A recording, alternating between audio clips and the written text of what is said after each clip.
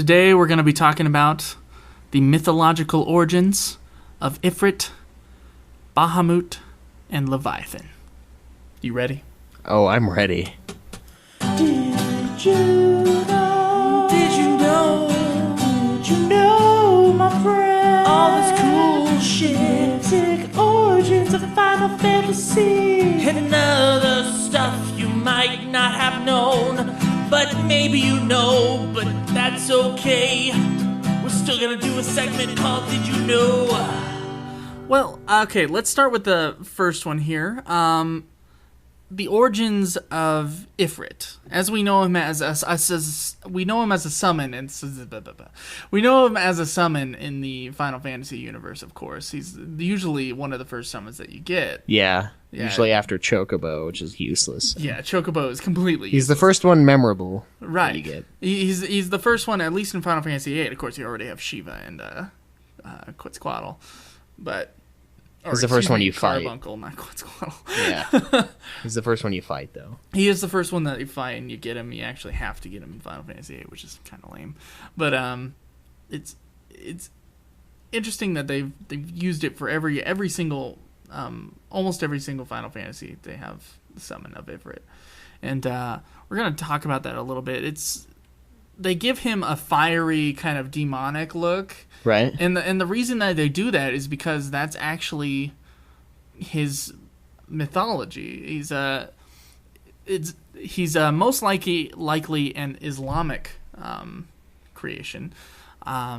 He comes from the book of the Surah An-Naml. I'm sorry if I'm pronouncing this wrong. In the Quran, they are creatures that live underground. They have their own society.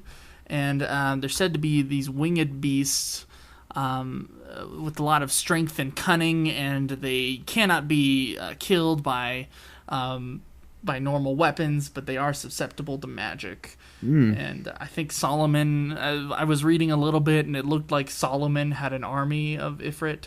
Jesus. In their mythology. I thought that was interesting. You know, in the games,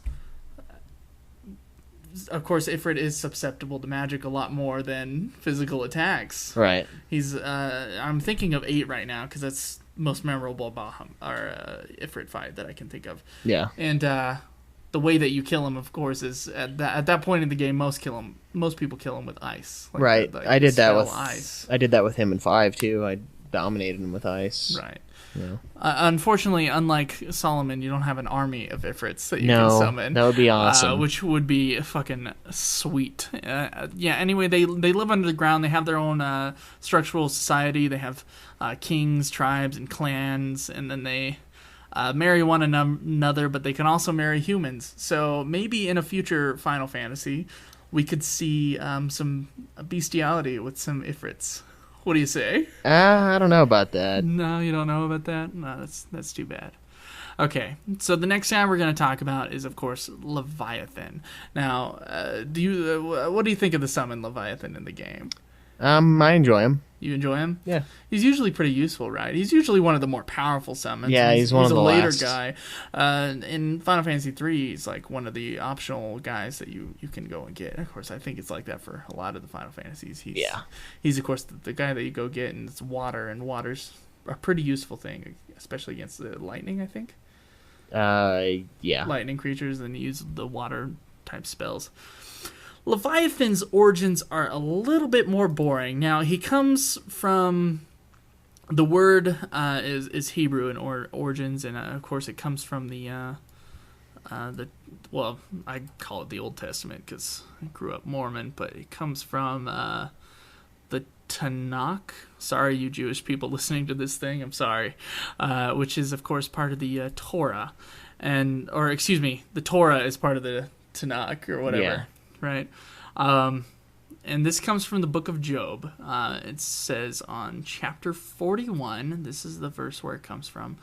It says, "Canst thou draw out a Leviathan out and hook, or his tongue out with cord which thou lettest down? Canst thou put a hook into his nose, or bore his jaw through with a thorn? Will he make any supplications unto thee? Will he speak soft words unto thee? Will he make a covenant with thee? Will he how the blah blah blah blah blah blah blah. Anyway, none is so fierce that dare stir him up. Who then is able to stand before me? So, anyway, that's where the word comes from. It turns out that in modern Hebrew, and the likelihood of his mythological origins as a sea monster, it just means whale.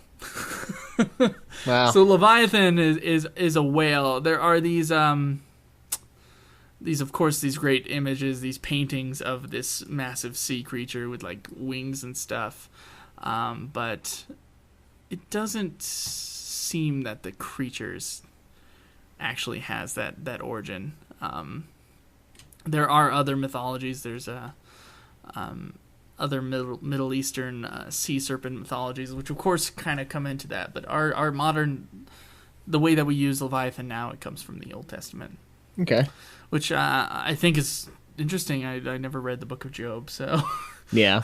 never saw him say the word Leviathan. Otherwise, I'd be a little bit more educated, certainly, when I am reading these games, or excuse me, playing these games. Pretty much reading the games, though. Right? Yeah, for the first ones, yeah. Reading them. Then we come to Bahamut, which has its roots in Arabian mythology, of course. He's actually like a giant fish that supports the earth. Oh. Yeah. Sounds and, like... there's references to him in 1001 Nights where Jesus beholds the Bahamut, and he says he made like 40 fishes like that.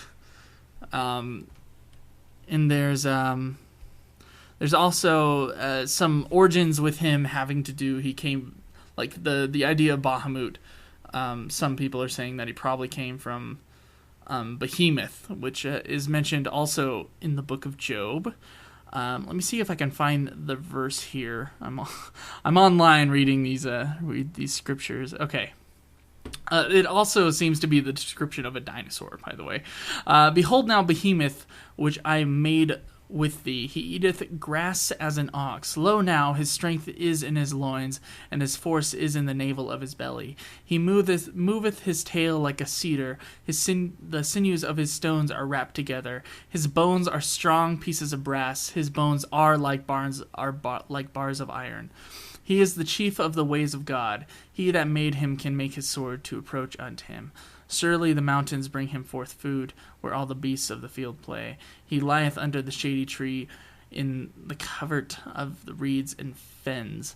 The shadowy trees cover him with their shadows. The willows of the brook compass him about.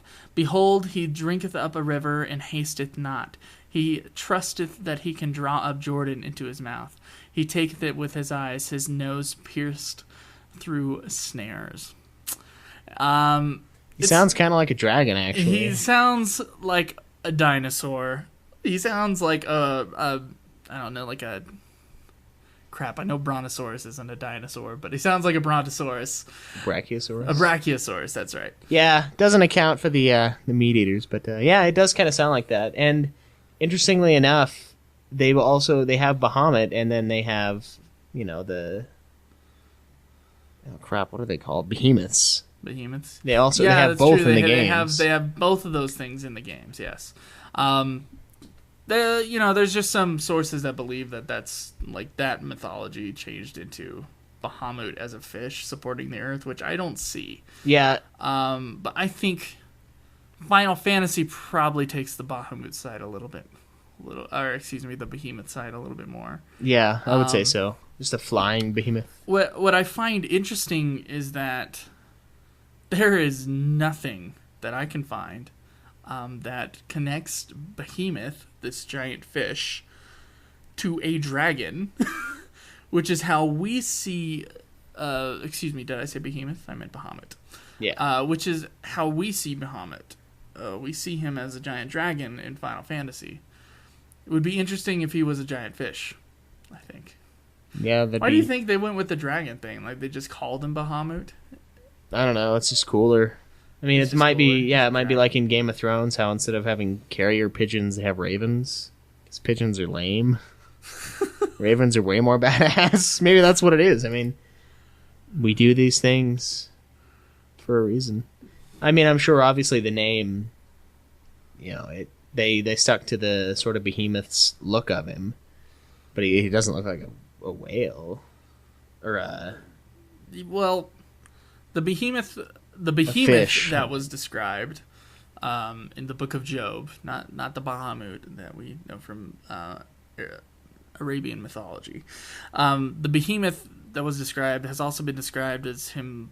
Okay, it's like a hippopotamus or a whale, or not a whale, but an elephant. An elephant, yeah.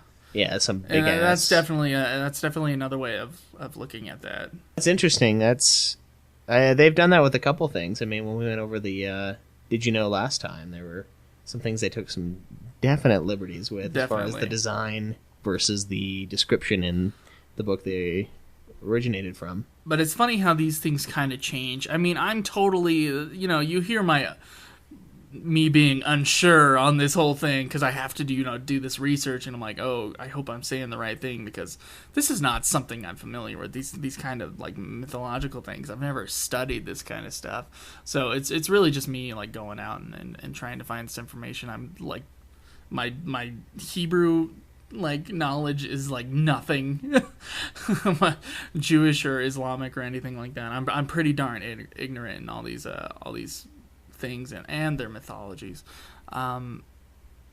So when I play Final Fantasy and they show Bahamut as a dragon, I'm thinking, oh, it's some kind of dragon origin. Right. Then I read this and I'm like, oh, they just pulled the dragon out of their ass. Yeah. Anyway, I thought that was interesting. Yeah, definitely. I mean, adds to the look of the beast at the very least. I mean, it's a lot cooler than a At the very least, yeah. giant fish. And a giant fish. I think they could have gone with the fish thing. I think we would have probably not even cared. But Behemoth, every single time that we've played these games, has been a dragon. Yeah. I'm just wondering where they got You that mean from. Bahamut? Excuse me, Bahamut. There has been a behemoth every game. Also. They're true. That's true. But he looks more like a meat eater, personally, Yeah, he looks like a vicious little fucker. instead of a guy that eats trees. Yeah. So That was in Job 40, by the way. Not sure if I referenced the book of that one or the chapter on that one. Anyway, guys, thank you for joining us for our Did You Know Monday. We only have very limited space this week for our other episodes coming up. I know we were going to do the back to school special stuff. Truth is, we have those episodes and they're ready to go, the extra episodes. We'll still do our main episode on Wednesday. But we might run out of space on our media server thing, so we might have to wait till next week before we put those out. So, and if this doesn't actually happen and I am able to shrink the previous files, then forget that this message ever happened. Yeah. But we should see you on Wednesday. Thanks for listening. This has been another production of Ultima Final Fantasy, the Ultimate Final Fantasy Podcast. The show was produced by Joseph DeGollier and Caleb Schweiss, with music and editing by Joseph DeGollier, parodies and clips from their respective authors, of course. You can get all of our episodes as well as our Let's Plays at ultimafinalfantasy.com. You can also contact us on Twitter at UFF Podcast, as well as our contact page on our website. Be sure to subscribe and review our podcast. Your reviews may get read on the show, and look forward to the next episode of Ultima Final Fantasy, the Ultimate Final Fantasy Podcast.